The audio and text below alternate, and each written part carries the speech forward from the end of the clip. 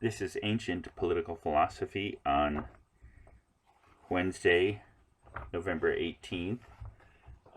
We'll finish on Friday, November 20th with Book 5 of On Moral Ends by Cicero. And what we're going to do is walk through his presentation of Epicureanism, which we began in Book 1, and see his refutation of it in Book 2. And then we'll look at his presentation of Stoicism in Book 3 and see his refutation of that in Book 4.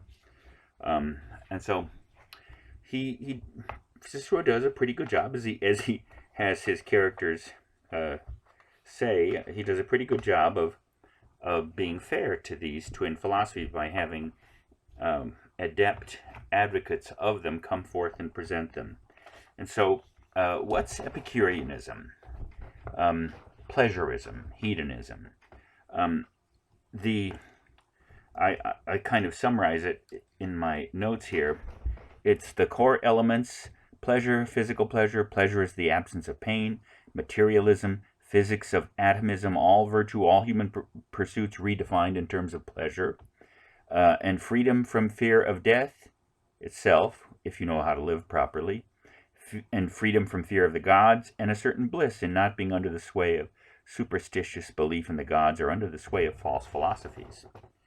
So that's what Epicureanism offers. Let's see how this unfolds in Book 1. So on page 13, I shall begin, he said, in the way that the author of this teaching himself recommended. This is Torquatus speaking. This is not because I think you do not know it, but in order that my exposition should proceed systematically and methodically. We are investigating then what is the final and ultimate good. So hence, de finibus, on ends, on oralgos. But this is what the question of the ethics begins with too. So in a way, Epicurus, like Aristotle and Plato, and Cicero and Socrates, all begin with what human life is all about. This, in the opinion of every philosopher, is such that everything else is a means to it, while it itself is not a means to anything. Epicurus locates this quality in pleasure, Torquatus says, which he maintains is the highest good, with pain as the highest evil. Here is how he sets about demonstrating the thesis. Every animal, as soon as it born, seeks pleasure and rejoices while shunning pain as the highest evil and avoiding it as much as possible. So, in some ways, Epicurus seems to suggest that everything that you needed to know, you knew when you came out of the womb. And that's what any animal knows, that pleasure is good and pain is bad. Continuing on page 15, we do not simply pursue the sort of pleasure which stirs our nature with its sweetness and produces agreeable sensations in us. Rather, the pleasure we deem greatest is that which we feel, which is felt with all pain is removed. Rather, the pleasure we deem greatest is that in which all is felt when all pain is removed. For when we are freed from pain, we take delight in that very liberation and release from all that is distressing. Now, everything in which one takes delight is a pleasure, just as in everything that distresses one is a pain. So we all pursue pleasure, get the world divided by experience into pleasure and pain. And so every release from pain is rightly termed a pleasure. When food and drink reduce in hunger and thirst, the very removal of that distress brings with it a pleasure and consequence. So there's pleasure, and then real pleasure is defined in terms of the absence of pain. On page 16, that pleasure is the highest good, which can be seen most readily from the following example. Let us imagine somebody enjoying a large and continuous variety of pleasures, both of body and mind, with no pain present or imminent. What more excellent and desirable state could one name for this? And you'll see, in summing this state, which is this is the good life according to Epicurus. In essence, Cicero will reject this at the end of Book 3 or Book 2 as a kind of piggishness or sheer animality. To be in such a state, one must have a strength of mind which fears neither death nor pain, since in death there is no sensation, in pain is generally long-lasting but slight, or serious or brief. Thus, intense pain is moderated by short duration, and chronic pain by lesser force. Add to this an absence of terror at divine power, and a retention of past pleasures which continual reflection allows one to enjoy.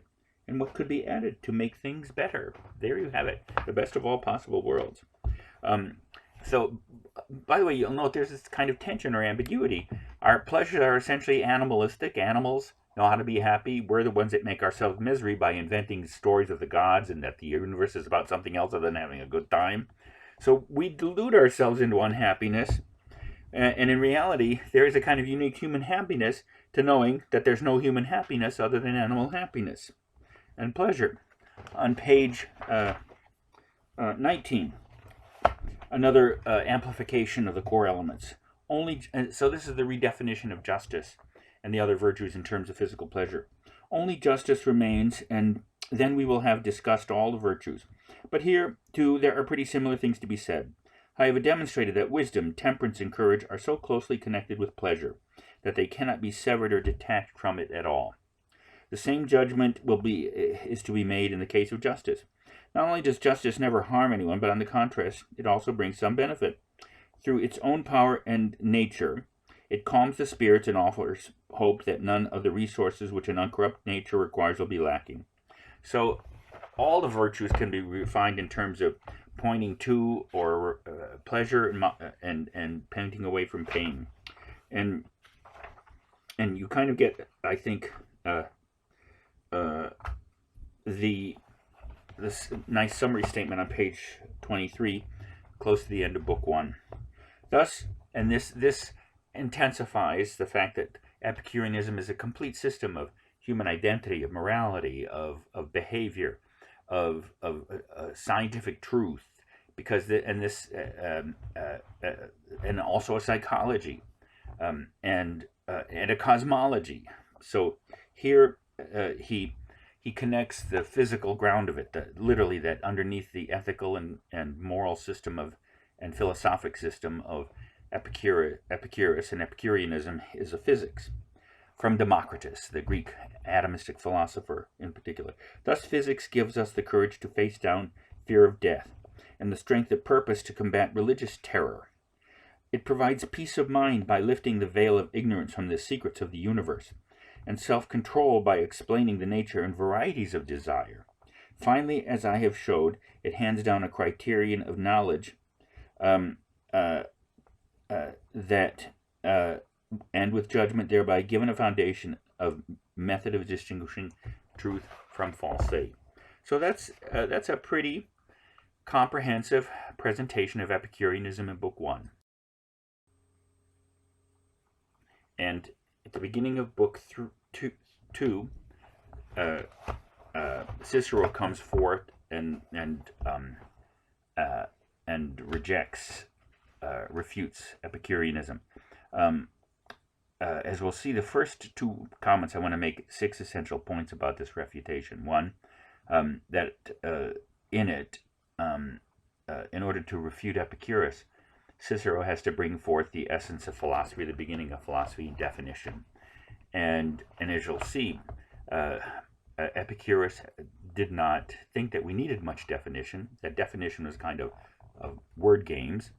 But that Cicero believes, as does Plato and Aristotle and Socrates, that seeing the idea of something in the Socratic or Platonic term, or seeing the form of something, the nature of something in Aristotelian terms, is essentially an act of trained reason, and that Cicero affirms that there is a distinct human quality to human beings, and that's in reason, as you'll see. This will be, and that in some ways the failure of Epicureanism as a system is a failure to be philosophic, and by both rejecting definition and dialectic, as you'll see. Cicero is trying to present true dialectic in this philosophy too, in this book, because he lets a proponent come forward and say it, and then he engages in dialogue both during the presentation of the other system, but then is fair to the system and refutes it by conversation. so book 1 is the thesis of Epicureanism. Book 2, the antithesis. And book 3 is the presentation of Stoicism, which also has problems with definition. So you're going to see that in some ways, this concern with definition, which I think is what the philosophers think they bring to the human condition, that opinion doesn't have the clarity and the preciseness or the grounded in nature of truly philosophical thought. So the first 2 points, 1 and 2, have to do with establishing definition, and then the second point, dialectic, as the way to pursue philosophy. And then you get the kind of core criticisms of the next 4 points of Epicureanism. It's central circularity, and we'll see what that means. It's the fact that it defines pleasure in terms of pain and pain in terms of pleasure, and therefore you're not really saying anything new about the world. You're simply repeating yourself in the your conclusions are assumed in your premises, and therefore your reasoning literally is circular. You begin where you end where you begin. Second, the core reductionism of the system. As you're going to see, just as we've seen, Epicurus denies the distinction between the human and the animal, and then reduces animal to body, as we'll see, and reduces body to matter. And the fourth major criticism is its moral incoherence. It makes shambles of the virtues. And ultimately, it culminates in self-indulgent and debauchery and nihilism. So let's see how Cicero manages this refutation in Book 3.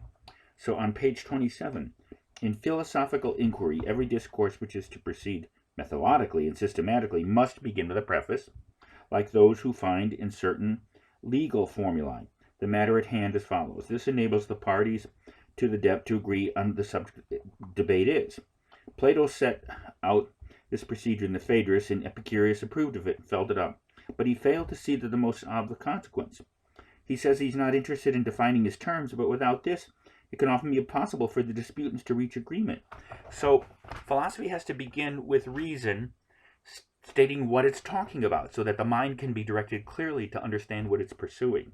Otherwise, you're just getting people shouting at each other, you might say, and so definition is necessary for philosophy, for the mind to reason to be trained to see what it needs to see about ourselves in the world. And so Epicurus got off wrong by disparaging definition, which means that in some ways his system lacks the essential clarity and groundedness in truth that Cicero believes philosophy can bring to the human condition. And then second, on page 32, we understand that Epicurus also despised dialectic. Torquatus. Epicurus despised dialectic on page 32. Yet it compromises a single art or complete method for discerning the essence of each thing, for identifying its properties, and in conducting arguments rationally and systematically. And so you can see the rest of the defense of dialectic. So definition and dialectic are essentially the tools of the mind in philosophy to become clear about ourselves, the human condition, and the nature of the cosmos and us in it. As you'll see, when these next 4 substantive criticism, the rejection of the system, up 1, which is Roman number 3, Arabic number 3 on my notes, is circularity. One problem is that pleasure is defined in pain, and pain is defined in terms of pleasure. They are circular definitions. So this covers up Epicurus' inability to distinguish aspects of the natural world, a mental and intellectual shell game, in essence. That just because you're talking doesn't mean you're reasoning, even though human beings are the rational speaking and political animal. We'll come back to that at the end of Cicero, which he seems to agree with Aristotle in that respect. So there's an essential confusion and lack of terms, this circularity. So if you start off by saying that pleasure is everything, and whatever pleasure is isn't pain, and that pain is to be avoided because whatever pain is, it isn't pleasurable, then again, you're essentially just restating yourself. You're not really moving us further towards the truth. And this, again, this, I think, frankly, according to Cicero, covers up a kind of a laziness or an obscurity at the heart of this circularity is at the heart of Epicurus' misseeing the human condition. The number 4, the second substantive criticism, is the reductionism. The main problem is that the Epicureans have no way of distinguishing between animal and human pleasures. Ultimately, because of the reductionist physics, because only the body, because all there is body of animals, and the body is real, and therefore even mental pleasures must be explained in terms of physical pleasure. Look at page 62. This is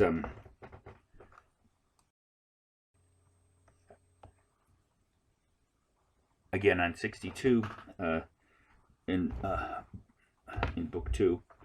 Cicero says, I turn to your contention that the pleasures and pains of the mind are greater than those of the body, since the mind can range over the past, present, and future, while the body is only aware of the present moment. This is implausible as claiming that someone who is pleased for me will be more pleased than I am myself. Now, in a way, again, this points to the fact that in breaking down the distinction between the mind and body, between the soul and the body, and saying the soul is just the body in effect, which is, of course, as you'll see, the ground of modern philosophy and psychology.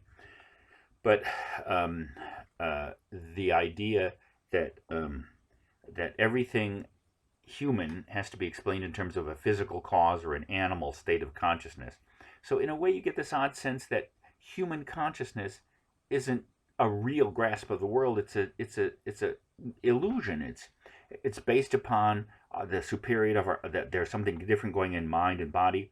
But in some ways, what Cicero points out here is that the only reason that mental pleasures are superior to bodily pleasures is because they're a more effective form of bodily pleasure.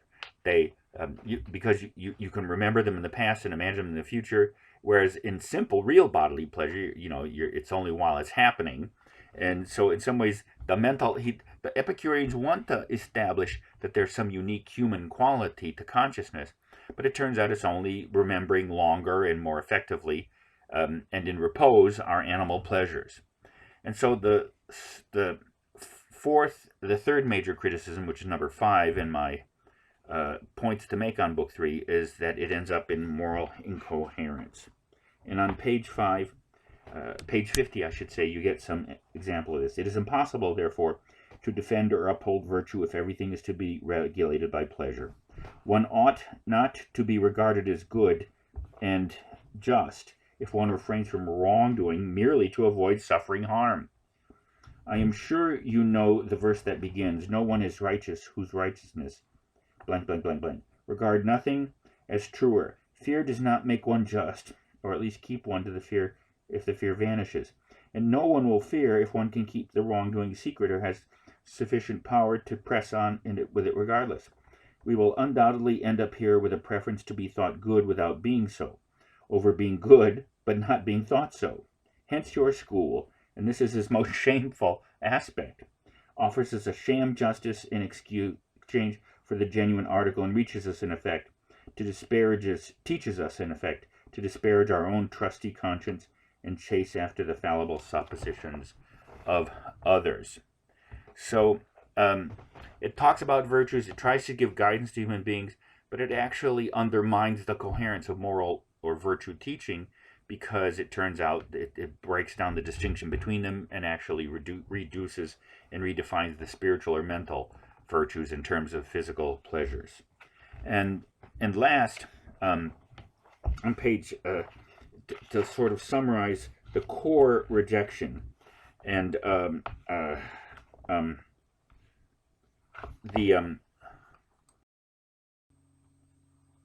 and that is that Epicureanism ultimately, by failing to rank the pleasures, culminates in nihilism and even debauchery. Look on 62 and 63. Hence, Torquatus, some other supreme good must be found for human beings. Let us leave pleasure to the animals, whose testimony about the supreme good you generally rely on. Yet, even in the case of animals, there are many activities that their own natures guide them to perform, where it is readily apparent that their aim is something other than pleasure.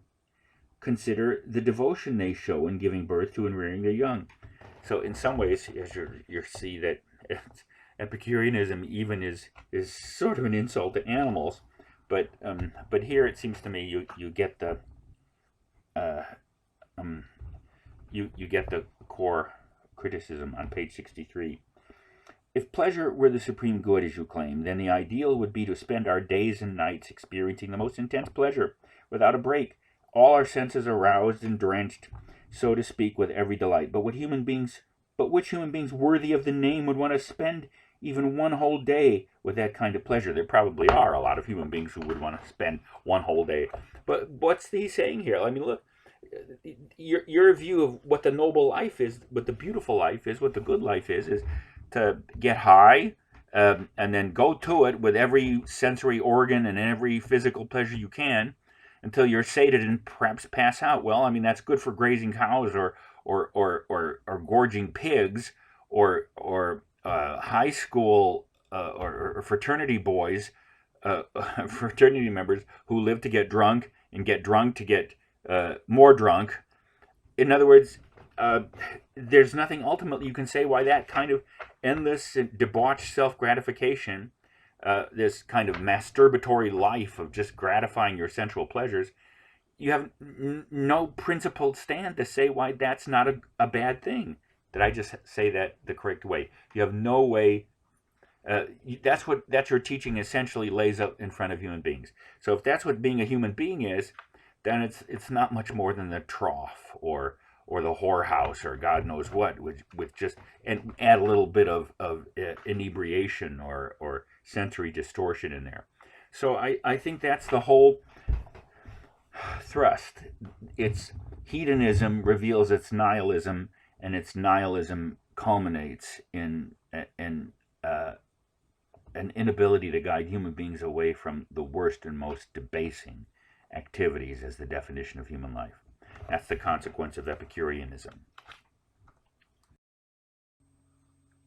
Now, as we'll see in books 3 and 4,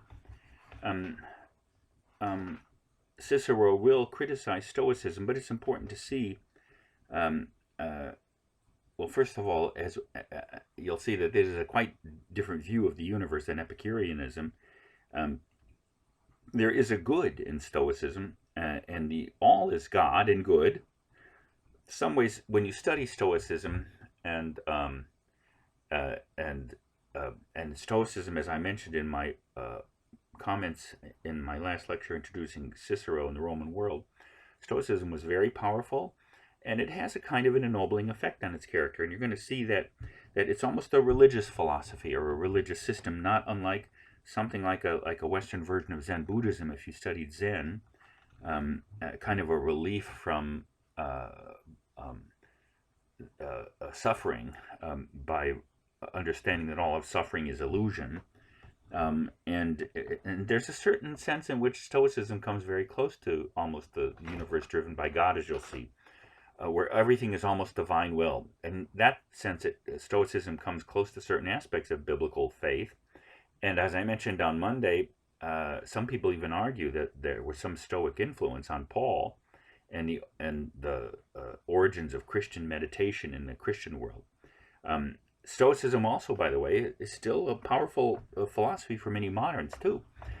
So as you'll see, this is my attempt to kind of distill Book 3 and say that this is what Stoicism reveals itself to be. We have to become detached from the objects of our choice and find our happiness in rational contemplation of the good. Sounds in many ways like your Aristotle, except, as you're going to see, contemplative wisdom in Aristotle from the Ethics isn't a rejection of the active activity. It's a form of activity laid upon the form of practical activity. As you're going to see, it's the status of that practical dimension of life that seems to be Cicero's primary disagreement with Stoicism. Freedom of action in some ways is illusory, because if everything is God's will, and there's a certain determinism in Stoicism, then even the reality of evil is a shadow, and therefore to try to act in the world in this sense, and I think this the core criticism means that you have to come to see the objects of choice as having no dignity or not being real. So the first and second points I want to make about in Book 4 about Cicero's reaction to Stoicism is first of all he has more in common with this system than he does with Epicureanism.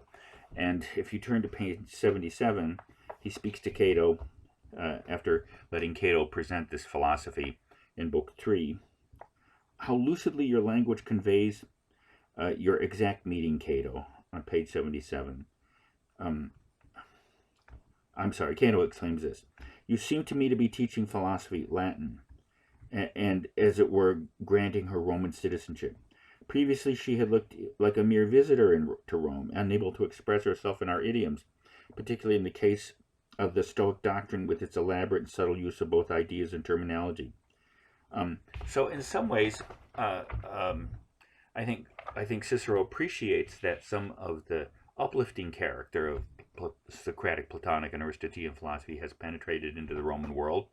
But again, as you'll see, it takes parts of Aristotelian Platonic philosophy and either exaggerates them or gives an incomplete version of the universe. He does praise Cato on page 81.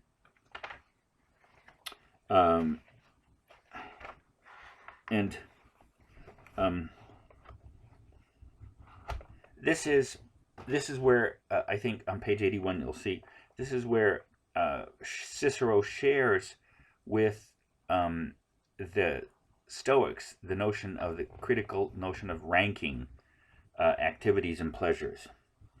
On page 81, next I shall expound our principle of ranking. If nothing ranked above anything else, the whole of life would be thrown into chaos. Wisdom would have no role or function, since there would be no difference whatsoever between any of the things that pertain to the conduct of life, and so no method of choosing could possibly be applied. It has been well established that what is moral is the only good, and what is immoral the only evil. But for those items who have no bearing on whether one lives happily or miserably, the Stoics then determined a certain ranking among them. Some have positive value, some the opposite, others are neutral. So it's true that Stoicism does therefore rank pursuits or ranks attitudes and distinguishes that some things are higher and lower, and that you can't have a coherent view of the human universe that dignified and a human life requires. So at its core, and turn to page 73, you'll see that this seems to be the essential definition. On page 73, let us now see how evidently the following points flow from what I've just laid down. The final aim, I think you realize it is the Greek word telos, I have long been translating sometimes as what is final, sometimes ultimate, sometimes supreme, although one may also use end for what is final or ultimate. The final aim then is to live consistently and harmoniously with nature. That being so, all who are wise necessarily live happy, perfect, and blessed lives, with no impediment or obstacle, lacking nothing. The controlling idea not only behind the philosophic system I am discussing, but the lives and destinies too, is that what is the belief that what is moral is the only good. So there you have the essence of it. The moral is the good. The core human life is virtue or excellence. But as you'll see, there's a kind of a rejection of the Aristotelian view of the world. On page 79, the peripatetic view is that there are three kinds of goods, and that the richer one is in bodily or external goods, the happier. But it is hardly consistent for the Stoics to agree that the possession of what is greatly valued with regard to the body makes one happier. The peripatetics think that no life is completely happy without bodily well-being. Remember, the peripatetics is the Aristotelian school. So we Stoics could not agree less. In our opinion, it is not an abundance of even those goods which we really do call good that makes a difference to our happiness, desirability, or value of one's life. So when it comes to a happy life, the amount of bodily advantages has no relevance at all. It's almost as if the Stoics want to, in order to make happiness possible, and once you see that the world is simply good, and divine will is, we'll see the response to this statement, that that it doesn't matter what you do, it only matters what your attitude towards things is. It turns out that Stoicism advocates a kind of remarkably passive view of the world, in which the objects of action are denigrated because they are connected with transient or unimportant things, external things. And so in some ways, Stoicism looks at Aristotelianism and says, well, the problem is that it talks about the good and tries to point you to the good, but then it also says these external things like property and friendship and politics are necessary for happiness. So in a way, as you'll see, this will come to be a criticism that what we're talking about is it's almost as if happiness is a state of mind rather than an activity. And we see from the Ethics and from Joe Sachs's translation of it that that happiness is an activity, virtue is an activity, not simply a state of mind. So it's almost as if in this Stoic view, everything is wisdom and everything else is either derivative or reducible to it, or an image or a parody of it. So so what's the refutation? I think this comes in three essential periods, or three essential points that I want to make in my notes. One is the reduction of everything to the good.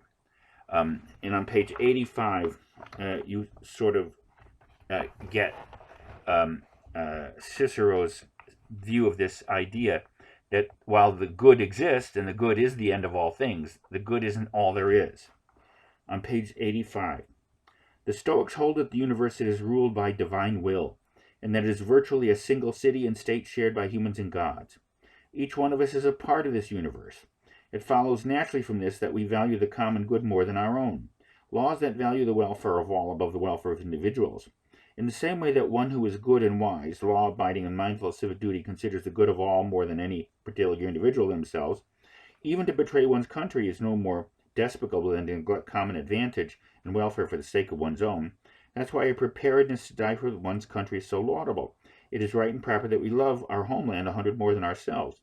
It is thought wicked and inhuman to profess indifference about whether the world will go up in flames once it is dead.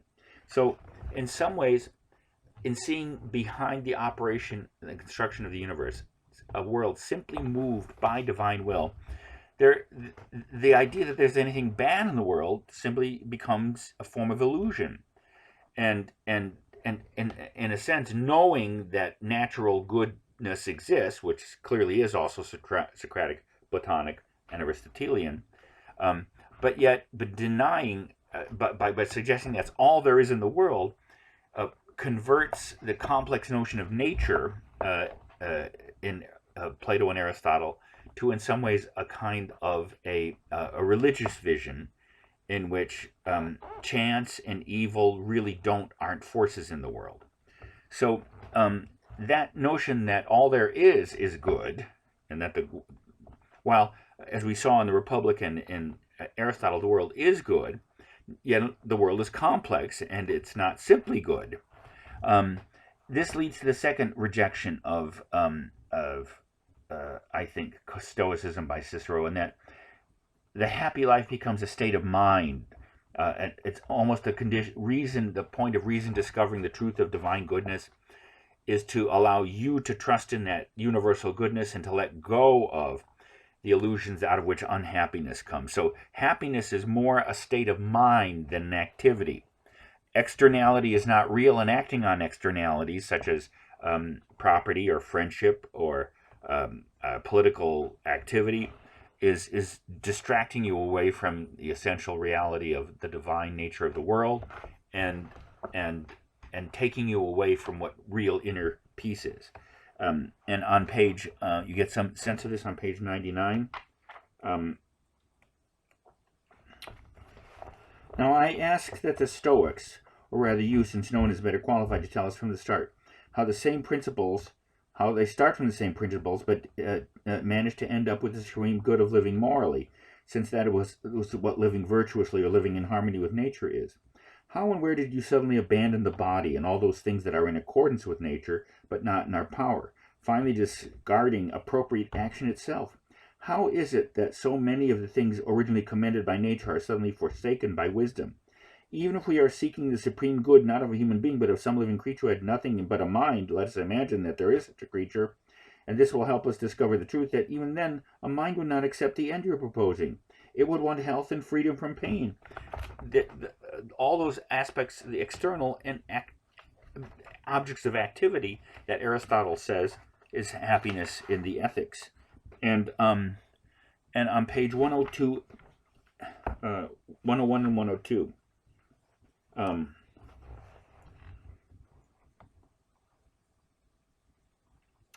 here towards the bottom 101.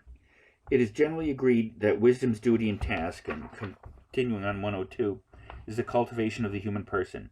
Now, some thinkers, in the case you are imagining is only the Stoic position I'm opposing, maintain the view that the supreme good is located in the class of things that are beyond our control, as if they were discussing a creature without a mind. Others, on the other hand, show concern for nothing but the mind. This is, I think, the Stoics' problem, as if all human beings had no body. This despite the fact that the mind is not some strange immaterial entity, a concept I find unintelligible, but itself is a species of body. It is therefore not satisfied with virtue alone, but desires freedom from pain. So in some ways, the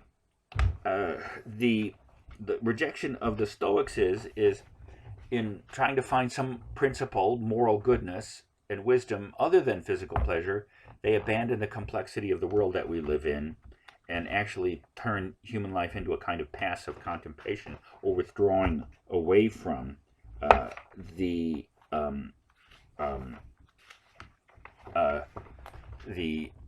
complexity of the world that we live and act in. And last, as you'll see, and I think this is the transition to Book 5, which is, I think, Cicero's fullest presentation of his own system, and that's what we'll look at in the next lecture, is on page 110. It's the affirmation of politics as the central fact. Imagine that these pupils of Plato and their followers in turn were to come back to life and address you in the following manner. Marcus Cato, you most devoted student of philosophy, most just of men, most honorable of judges, most scrupulous of witnesses, as we listen to you, we wonder what your reasons might be for preferring the Stoics to us. After all, the Stoic views on good and evil are those which Zeno learned from Polemo here, while their terminology at first sight is remarkable, and then when the matter is understood, ridiculous. If you were, remember, this is a Platonic or an Aristotelian speaking. Students of Plato and Aristotle coming back to speak to the Stoics. In particular, you intend to, or if you were simply swayed by authority, did you really prefer to Notius and to Plato himself? In particular, you intend to play a leading role in public life, and we were just the people who have armed and equipped you to protect the state and to maximize your own honor. We founded the study of statecraft, we created its form, its vocabulary and rules, and we saw that in the Republic and in Aristotle, Ethics and Politics, that's true. We have written exhaustively on every variety of government, on stability and revolution, on laws, institutions, and traditions of nations. Oratory is the great assassin and the political leader, and we hear that you are an astounding orator, but a study of the records of oratory would have made you all the greater. So, in some ways, the full response to the Stoics is to reassert that man is the political, philosophical animal. Not an angel, but an animal in the world, and not just an animal as the Epicureans. So in the same way that Aristotle suggests that the mean is an extreme between two extremes, Ciceronianism, Cicero's view is, I think, like Plato and Aristotle, an affirmation of the mean, of the middle point. Man is not an angel or a god. Man is not a wallowing animal. Man is the political animal, the rational animal, and the animal with speech. And as we'll see in Book 5, I think this is the tradition and the full understanding of human beings that Cicero is holding up.